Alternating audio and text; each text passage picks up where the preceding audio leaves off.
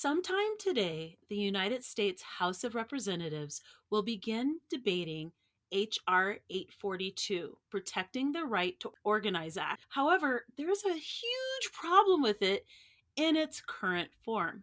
I need you to imagine that it's 1937. No, seriously, I need you to imagine that you're in 1937 and there's no internet, no cell phones, and Amazon doesn't exist. Apple is just a food that you eat, and the idea of sending rockets to the moon is still fiction. There's no such thing as Zoom, and the sharing economy has a totally different meaning.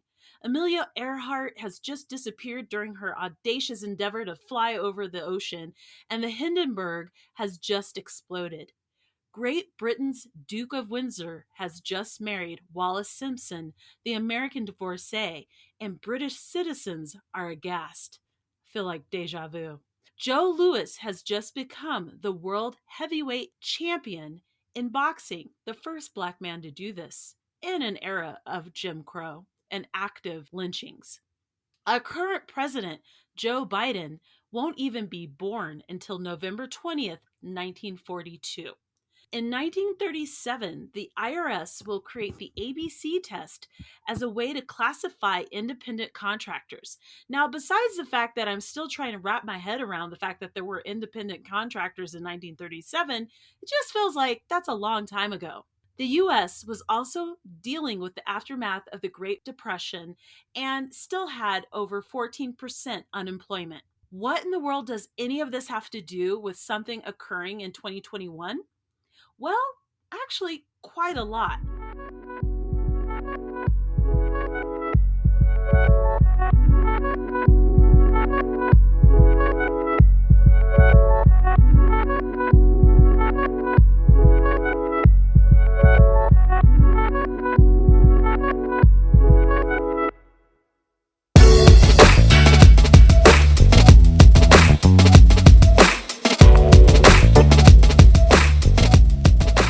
In order to go to the show notes, go to michelleismoneyhungry.com/ProAct. Again, go to michelleismoneyhungry.com/ProAct. When I say that I'm progressive, I'm universal basic income progressive.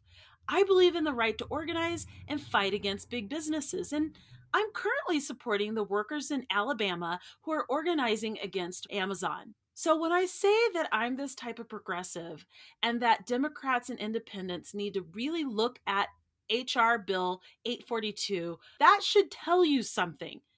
You've applied a 1937 litmus test to a 2021 economy. The ABC test for a 2021 economy is a complete disaster, as we've seen from California's experience with their law, AB 5. They've had to add numerous changes to the law because there were so many problems with it, specifically the B in the ABC test. Basically, that test helps businesses and the IRS figure out who should be an independent contractor. Here's the thing. It's 2021. We now have seatbelt laws, Amazon, hologram meetings, the sharing economy, and cell phones.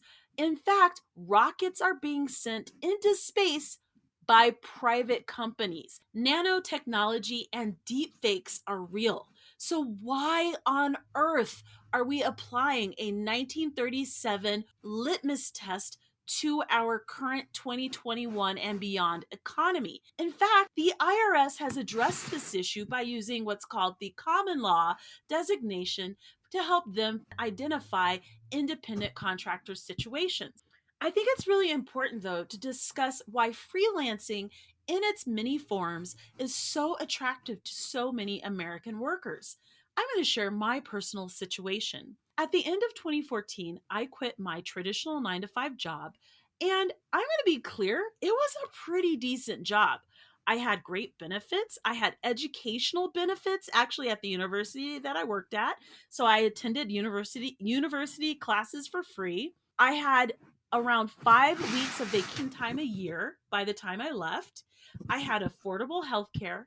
I had a 403B with a match. It's a retirement plan. I could go hiking or go to fitness classes during my lunch hour. So If you're hearing me say this, you're probably wondering, why would a person like this in a professional situation such as the one I've described, why would they leave? Why would they leave something that looks so amazing on paper? Let me share why I did. I'm one of the hundreds and thousands of Black women who would prefer to go it on their own. In fact, Black women are the fastest growing group of entrepreneurs in the United States. In my case, this is why: difficulty in getting promoted beyond lateral promotions, wage inequities, and not being able to have transparent conversations about them. I couldn't figure out why I couldn't get paid more, and I couldn't figure out how much more I could get paid because there was no transparency. How workers are assessed by management. So, management will assess how you work, and that will determine what you get paid. Being the only person of color in a workspace and not being able to exist as myself without constant, exhausting, passive aggressive bullshit from colleagues. I even grew up in Boulder and Denver, Colorado, and so I'm actually really well versed at navigating spaces where I'm the only person of color. And there just became a point where I was just tired of it. Vacation time and general flexibility to take care of myself while navigating my professional role. I just got tired of having to negotiate when I could take care of myself. Toxic work environments. In fact, entrepreneurship has allowed me to lean into my character traits and behaviors that I would get penalized for in corporate, such as talking to people, relationship building, my powers of observation. I could get in trouble for just being myself. And so I finally decided I needed to go. Here's what I love about freelancing: that the word begins with free and all of the freedom that that implies. If I wanted to work 24 hours in a row, I could. If I wanted to take a nap in the middle of the day, I could. If I wanted to focus on fitness and my health and well being, there's no issue because I am the boss of me. I was able to build out a number of different revenue streams within my business that allowed me to focus on the skills that I felt I could share with the world and I wanted to share with the world. I had the ability to focus on my professional development. I actually will never forget during the last year at my old job when my boss said no to me attending a national conference that everyone in my role across the United States would attend yearly. I don't know why she said no that year. It was pretty abrupt and a little shocking. And this was actually after she had said yes to everyone else on staff. So I was like, I'm really excited about attending such and such conference. It's an 8 to 10,000 person conference. It was a big deal. I would collaborate with all these other people who did the same work that I did. And she literally, I got the words out and she was like, no. And the next day, she actually came to me and she was like, Michelle, I'm really sorry. I actually felt badly about that. And I actually feel like you should attend. But that initial no really stung.